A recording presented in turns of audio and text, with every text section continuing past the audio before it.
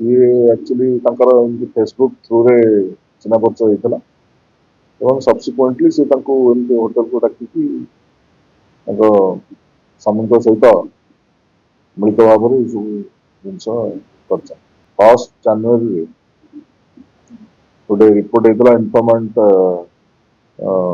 ପ୍ରିୟଭୂଷଣ ନନ୍ଦ ବୋଲି ସେ ରିପୋର୍ଟ ଦେଇଥିଲେ ଯେ ତାଙ୍କ ଭାଇ ଆଉ ଯାଇଥିଲେ ଆମର ସାଗର ଶ୍ରୀ ହୋଟେଲକୁ ହରିପୁର ପଟୁ ଏବଂ ତାଙ୍କର ଜଣେ ମହିଳା ବାନ୍ଧବୀଙ୍କ ସହିତ ଯାଇଥିଲେ ଏବଂ ସେ ଯୋଉ ରହଣୀ ଭିତରେ ସେ ତାଙ୍କୁ କୋଲ୍ଡ ଡ୍ରିଙ୍କସର କିଛି ନିଶା ଦ୍ରବ୍ୟ ଦେଇ ତାଙ୍କୁ ବେହୋସ କରିକି ତାଙ୍କଠାରୁ ସୁନା ଜିନିଷ ପାଖାପାଖି 200 ଗ୍ରାମର ଏବଂ 1 ଲକ୍ଷ ଟଙ୍କା ଏବଂ ତାଙ୍କର ଅନଲାଇନ ମଧ୍ୟ 80,000 ଟଙ୍କା ଟ୍ରାନ୍ସଫର କରିଥିଲେ ବୋଲି ଅଭିଯୋଗ କରିଥିଲେ। ସେଇ ଅଭିଯୋଗକୁ କେନ୍ଦ୍ର କରିକି ଆମର ବ୍ରିଗାଡରେ 14/2026 କେସ୍ ନମ୍ବର ରେଜିଷ୍ଟ୍ରେସନ ହୋଇଥିଲା ଏବଂ ତାର ଆମର ସବ ଇନ୍ସପେକ୍ଟର ଆଶିଷ ଦାସ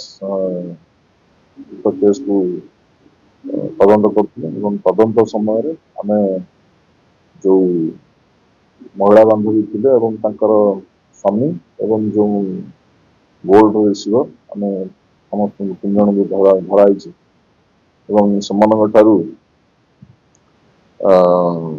ଗୋଟେ ଓଲା ଇଲେକ୍ଟ୍ରିକ ଟୁ ହ୍ୱିଲର, ଗୋଟେ ରୟାଲ ଏନଫିଲ୍ଡ ବୁଲେଟ ଏବଂ 151 ଗ୍ରାମ ପାଖାପାଖି ସୁନା ସିଜ୍ କରାଯାଇଛି ଏବଂ କ୍ୟାସ୍ ମଧ୍ୟ 53,500 ଟଙ୍କା ସିଜ୍ କରାଯାଇଛି ଏବଂ ସେମାନେ ଆଜି ଫରାର। ସିଏ ଆକ୍ଚୁଆଲି ତାଙ୍କର ଏମିତି ଫେସବୁକ୍ ଥ୍ରୁରେ ଚିହ୍ନା ପରିଚୟ ହେଇଥିଲା ଏବଂ ସବସିକ୍ୱେଣ୍ଟଲି ସେ ତାଙ୍କୁ ଏମିତି ହୋଟେଲକୁ ଡାକିକି ତାଙ୍କ ସ୍ୱାମୀଙ୍କ ସହିତ ମିଳିତ ଭାବରେ ଏସବୁ ଜିନିଷ କରିଛନ୍ତି।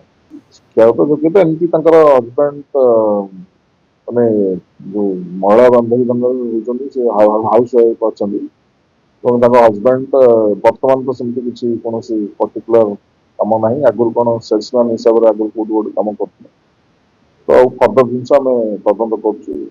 ଏହି ଭିଡିଓଟି ଆପଣଙ୍କୁ କେମିତି ଲାଗିଲା କମେଣ୍ଟ କରି ଜଣାନ୍ତୁ। ଧରିତ୍ରୀ ଲାଇଭ୍ ର ୟୁଟ୍ୟୁବ ଏବଂ ଫେସବୁକ୍ ଚ୍ୟାନେଲକୁ ସବସ୍କ୍ରାଇब କରନ୍ତୁ। ଅଧିକ ଖବର ପାଇଁ ଲଗ୍ଇନ୍ କରନ୍ତୁ www.dharitri.com।